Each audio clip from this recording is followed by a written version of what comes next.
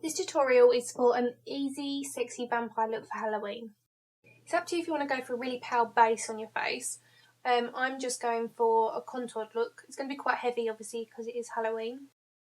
I'm doing your basic contouring, so I'm putting highlighting down the centre of the nose and across the forehead, under the eyes, on the centre of the chin, and a little bit underneath your cheekbones, but under where the dark contour is going to be. This colour's actually really pale on me, but it just doesn't show up on camera, so you'll see in a little while I go in with a lighter colour again that's even paler, but it looks a little bit more natural on camera. I forgot to mention the palette I'm using is by Kryolan and it is Supracolor. Supercolour is a really thick foundation. We used to use it back in college and it's great for photographic and theatre and stuff like that, so it's always a great one to have in your kit if you're a professional makeup artist. I'm sure you'll always find uses for it because it's just brilliant coverage. So I'm using the foundation brush to apply this and I'm just putting the contour around the temples, down the bridges of the nose, the cheekbones, around the jawline, either side of the chin, anywhere you kind of want to give more dimension to the face. The foundation I'm using to blend all this together is Ideal Flawless Foundation by Avon. This is a little bit lighter than my skin tone, but again, it's not showing up on camera. I'll have to get used to this. It's because I'm using new lighting. With your buffing brush, work the light colours into the skin tone first in circular motions, blending all the edges into the eye sockets, etc. And then you're going to start working in the darker shades. The idea is not to have definite lines, it's to just have the sort of highlight and shadows on your face. So it doesn't matter that you're using the same brush to buff them in or that the colours are mixing and you're not noticing them, it will give more dimension to the face. As I mentioned before, you can go with a really pale base and you don't even have to do all of this. It's just, I find that I'm adding more of a sexy appeal to it, so I kind of want a contoured, sculptured face to go with it. So keep working in circular motions until you've totally blended the colours together. As you can see, around the perimeter of the face it's slightly darker and the highlights are through the centre of the face. For the purpose of this video I decided to add a lighter highlighter to my face as it wasn't showing up on the camera. So I'm just quickly whipping that on, not being very neat about it. So you can see exactly where the highlights need to go again in case you are still unclear on that. And then I'm just buffing it in again. If you've got really small lips and you want to use the same lip look I'm doing on this video, if you mute your lips out with the foundation, then you can draw them on over your natural lip line, so they look a bit more natural. You can use any translucent powder to set all this in place.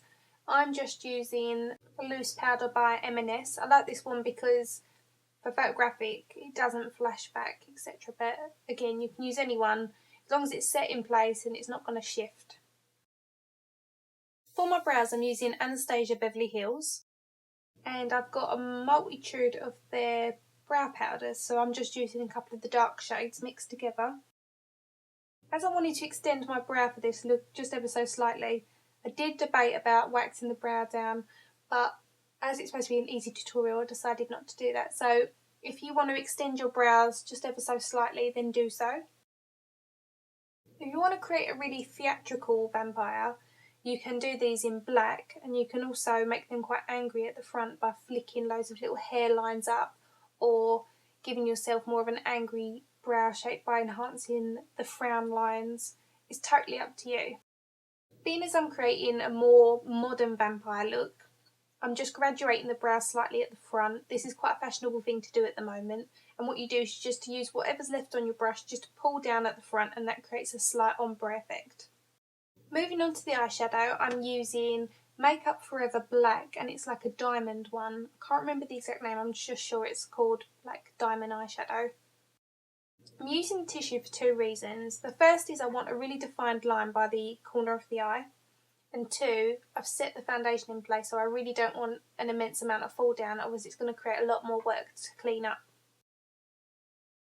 I'm using a flat synthetic brush to apply this, and I'm taking it all the way over the eyelid and in a winged out shape. To get the really opaque black, you need to pack it on, then reapply and keep reapplying before you blend. Once you've got it a really nice solid colour, you can then start to blend the other shade into it, which I'm doing now, which is red, and this is from Costmetics. And what I'm doing is I'm applying this on a fluffy brush to the socket line and just gently blending out the very edge of the black.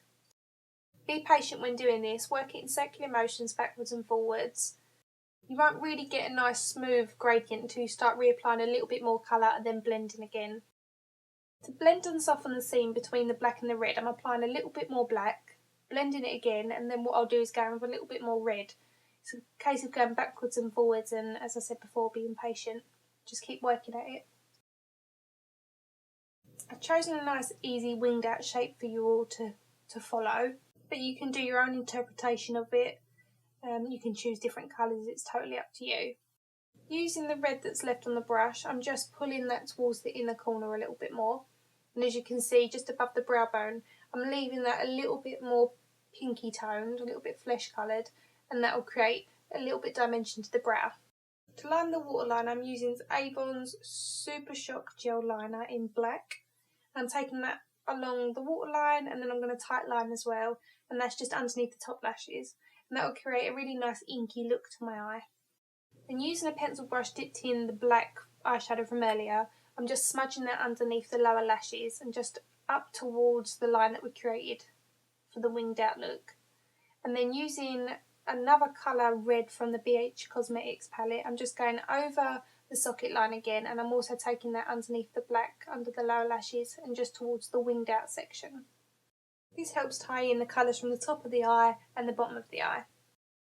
To enhance underneath the brow bone, I'm just using Duality by Anastasia Beverly Hills. It's a highlighter pencil, and I'm following underneath the brow, and then using a synthetic angle brush, I'm just pulling that colour down to meet the eyeshadow. Be aware that you may need to clean your brush as you go. Sometimes you can pull the colour from the eye up towards the brow, and that can ruin it, so just be careful. After using a touch more of the red, I'm now going to apply some gel liner to the top lid. You may not be able to see it very much in the video, but you can see it in the flesh. So I'm using a Bobbi brown gel liner in ink black, I think it's called. And I'm just pulling that out the corners to enhance the wing shape. Time for some mascara. I'm using EyeKo Skinny Lash Mascara. This is water resistant and it's a tubing mascara, so it does add length. I'm going to be putting some eyelashes on though. If you're not big on wearing eyelashes, then just apply a coat of this, let it dry a little bit, and then apply another coat, and you'll see that it gives you a really nice full lash. This pink and red are from Sugar Peel, and I'm using the two together to create blush. I'm creating a halo, which is like a C shape from your temple round to your cheekbone, and I'm doing this on both sides using a fluffy blush brush. The best way to apply this is using circular motions. To create the ombre lip, I'm going to be using 3 pencils. I'm going to be using a black, a purple and a red. I'm starting off by using the purple, and this is called Nightmoth by MAC. And I'm going over the top lip, and then I'm going to do the corners of the bottom lip, probably about 2/3 of the way down both sides. Next I'm using Brick by MAC, which is a red shade. I'm filling in the cupid's bow and the base of the bottom lip. I'm just going to colour in all the centre on both the top and bottom. Next to the red, I'm going to fill in a little bit more of the Nightmoth, but just onto the actual lips. You can just see I'm feathering the purple into the red a little bit by starting at the outer corners and just flicking it inwards. Now to add the black, I'm using the Avon Supershock gel liner again, and I'm just using this right on the outer corners. Same as I did for the purple to the red, I'm just feathering the black into the purple ever so slightly. Now I'm going over it with lipstick, and I'm using the same colours that I used in the pencils. I'm using a red, a purple and a black. And what I'm going to do with the brush, I'm just going to go over the same colours. So as you can see, I'm going over the red at the minute. Then I'm going to go in with the purple, and I'm just going to use the brush just to blend the seams of each colour together. Just be careful when using the black, as you don't want to apply too much, because otherwise you'll spoil the purple meeting the red. Once you're happy with all the dark shades, just go over again with the red, just in the centre of the lip. If you go over the lines at all, you can always use a little bit of concealer just to clean up. To apply my lashes, I'm using Duo Glue. This is a really good glue, it's really durable, and it also comes in black for those of you that prefer that. I'm not sure what lashes these ones are, I got them at IMAX, but I'm sure they were just a cheap pair. Whenever applying eyelashes to yourself or to someone else, always get them to look down, but never fully close the eye. It doesn't ever sit perfect otherwise. To enhance the cheekbones, I'm adding a little bit of brown from my Louise Young palette, and I'm using my tapered Sigma brush for this.